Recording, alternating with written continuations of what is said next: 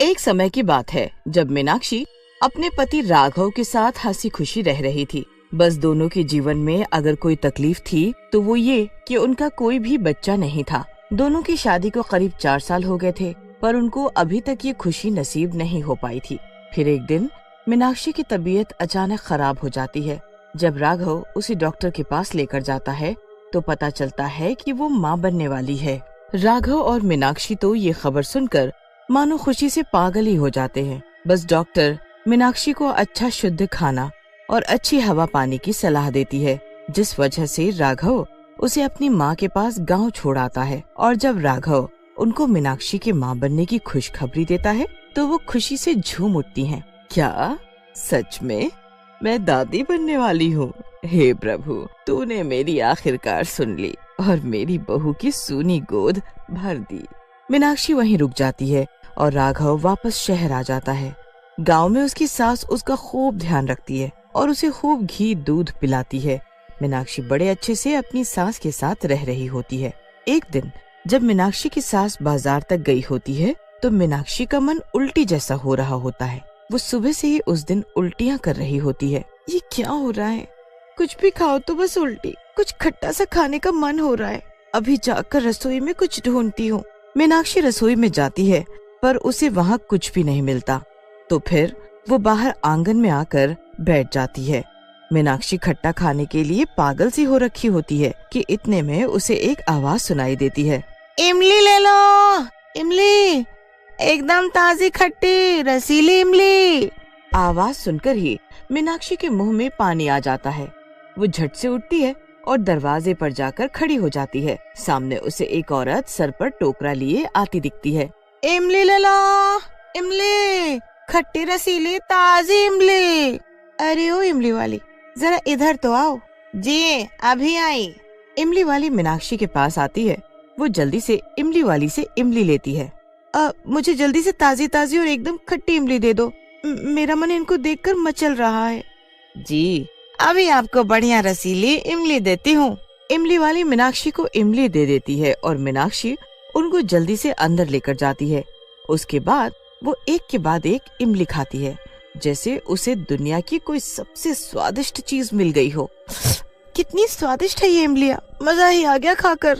मीनाक्षी पूरा दिन वो इमली खाती है और उसे अब उल्टियाँ आना भी बंद हो जाता है। पर वो जैसे ही इमली खाना बंद कर देती है उसे वापस उल्टी जैसा महसूस होने लगता है। मीनाक्षी एक ही दिन में सारी इमली खा जाती है और अगले दिन फिर उस इमली वाली का इंतजार करती है।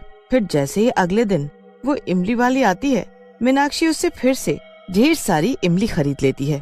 खा लो, अच्छे से खा लो, ये आपके बच्चे को बड़ी पसंद आएगी। मेरा बच्चा? तुमको कैसे पता कि मैं माँ बनने वाली हूँ? अरे वो बस जैसे ही आप इमली को देखकर एकदम से मचल रही थी ना, मैं तभी समझ गई थी। अच्छा। मीनाक्षी इमली लेकर अंदर चली जाती है और उसके जाते ही इमली वाली अजीब तरह से मुस्कुराती है। वो अपना इमली का टोकरा उठाती है और अपने सर पर जैसे ही रखती है वो वहाँ से गायब हो जाती है।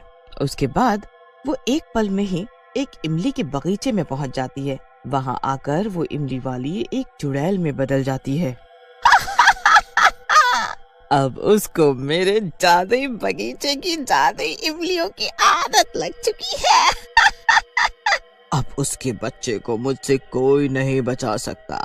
खा खा खा, जितनी इमली खानी है तू उतनी खा, क्योंकि तू जितनी इमली खाएगी मेरे लिए उतना ही अच्छा है। उस बगीचे में ढेरों इमलियां लगी होती हैं। वो बगीचा उस चुड़ैल का होता है जिसमें उसने अपने जादू से उन इमलियों को उगाया होता है। वो चुड़ैल अपने बगीचे में पानी नहीं बल्कि जानवरों का खून डालती है, जिससे वो जादुई इमलियों को उगा सके। उसके बाद वो उन इमलियों को गर्भवती औरतों को खिलाती है। पर वो चुड़ैल ऐसा क्यों करती है? उसे ये सब करके आखिर क्या फायदा हो रहा होता है? जिस हिसाब से वो चुड़ैल खुश होती है उस हिसाब से तो ऐसा लग रहा होता है कि जरूर चुड़ैल ये अपने किसी मकसद के लिए कर रही है। पर वो क्या था, बस वही चुड़ैल ये जानती है।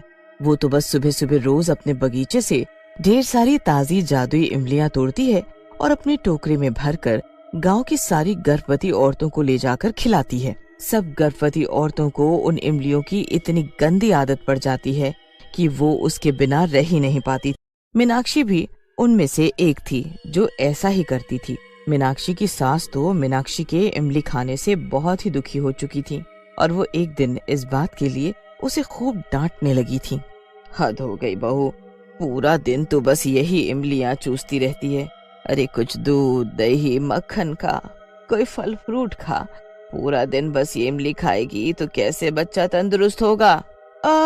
मेरा कुछ और खाने का मन ही नहीं करता माँ जी। मुझे खुद समझ में नहीं आ रहा कि आखिर मुझे भूख क्यों नहीं लगती। बस ऐसा लगता है पूरे टाइम ये इमली ही खाती रहूं। अगर मैं कुछ और खाने की कोशिश करती हूँ तो मुझे उल्टियाँ होने लगती हैं। बताओ ना सासू माँ, इसमें मेरी क्या गलती है? हाँ, तेरी कोई गलती नहीं है, मेरी गलती है। अब कल राघव आएगा तो वही देखेगा क्या करना है। अगले दिन राघव आ जाता है और मीनाक्षी से पूछता है, कैसी हो मीनाक्षी? इससे क्या पूछ रहा है, मुझसे पूछ। क्या हुआ माँ, आप गुस्से में लग रही हो? अरे तो क्या करूं, इसे तू यहाँ छोड़कर गया था ताकि यहाँ से अच्छा खाएगी और अच्छी हवा में रहेगी, पर ये तो पूरा दिन बस इमली खाती रहती है। अरे मैं तो दुखी हो गई हूँ। अच्छा, तो ये बात है। कोई नहीं, मैं बात करूंगा मीनाक्षी से, पर फिलहाल मुझे इसे अभी शहर लेकर जाना है। मीनाक्षी का एक अल्ट्रासाउंड होना जरूरी है। तो मीनाक्षी, तुम जल्दी तैयार हो जाओ। मीनाक्षी और राघव शहर में डॉक्टर के पास जाते हैं। वहाँ डॉक्टर जब मीनाक्षी का अल्ट्रासाउंड करती है तो उसके होश उड़ जाते हैं। बच्चा बिल्कुल इमली के आकार का होता है। डॉक्टर परेशान हो जाती है। राघव और मीनाक्षी दोनों गांव वापस आ जाते हैं। उनके चेहरे बड़े ही उदास होते हैं। राघव अपनी माँ को बताता है कि बच्चे का आकार इमली जैसा है, तो वो बड़ी हैरान हो जाती हैं। नहीं नहीं, ऐसा थोड़ी होता है, पर ये काफी अजीब बात है। पता है, आज बिमला की बहू भी शहर गई थी चेकअप करवाने में। मैं जरा उससे अभी बात करके आती हूँ। राघव की माँ बिमला के घर जाती है और उसको अपनी बहू के बारे में बताती है तो बिमला हैरान होकर बोलती है, क्या बात कर रही हो तुम? मेरी बहू भी पूरा दिन वो उस इमली वाली की इमली खाती रहती है और डॉक्टर ने उसको भी बिल्कुल यही दिक्कत बताई है कि बच्चा इमली के आकार का है। पर ऐसे तो नहीं होता, मैं भी अपने बेटे के टाइम पर खूब इमली खाया करती थी। ये तो कुछ बात है बिमला, कल उस इमली वाली को तो जरा आने दे। उसकी इमलियां खाकर ये क्या हो गया, उसे तो मैं नहीं छोड़ूंगी। मैं भी। बस फिर अगले दिन दोनों मिलकर अपनी बहुओं को बाजार काम से भेज देती हैं और उस इमली वाली का इंतजार करने लगती हैं। जैसे ही वो इमली वाली आती है, वो मीनाक्षी को आवाज देने लगते हैं। मीनाक्षी की सास और विमला की सास खूब खूब सुनाने लगती हैं, तूने ये कैसी इमली दी हमारी बहुओं को, जो उनका बच्चा ऐसा ही हो गया है? सच सच बता, कैसी इमली खिलाई तूने उन्हें, वरना मैं तुझे पुलिस के हवाले कर दूंगी। इमली वाली जोर जोर से हंसने लगती है। उसे हंसते देख दोनों औरतों को बहुत गुस्सा आता है। वो गुस्से में आकर उस इमली वाली को पकड़ लेती हैं। इमली वाली को इतना गुस्सा आता है कि वो उसी वक्त अपने चुड़ैल के रूप में आ जाती है। चुड़ैल को देखकर दोनों औरतें एकदम से पीछे हट जाती हैं। चुड़ैल? ये तो चुड़ैल है। हाँ! मैं एक चुड़ैल हूँ और तुम्हारी बहुओं को जो बच्चा होगा वो उनका नहीं मेरा होगा, समझी? वो खुद ब खुद मेरे पास आ जाएगा और मेरे साथ ही रहेगा। वो नहीं बल्कि मैं बनूंगी सारी गर्भवती बहुओं की माँ। इतना कहकर चुड़ैल तो गायब हो जाती है, पर दोनों औरतों के होश उड़ जाते हैं। वो अपनी बहुओं को ये बात समझाती हैं, पर वो दोनों या गांव की कोई भी बहू ये बात मानने को तैयार नहीं होती। उसके बाद वो दोनों एक बाबा के पास जाती हैं और उनको सारी बात बताती हैं।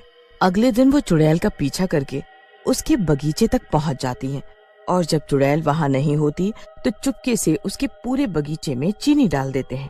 उस चीनी की वजह से पेड़ों की जड़ें गलने लगती हैं और पेड़ मुरझाने लगते हैं। पेड़ों के साथ साथ चुड़ैल की हालत भी ऐसी ही होने लगती है। उसकी शक्तियां खत्म होने लगती हैं और वो एक ही जगह पड़ी रहती है। अरे ये क्या हो गया मेरे बगीचों को? ऐसे तो मेरा क्या होगा? अब मैं क्या करूं?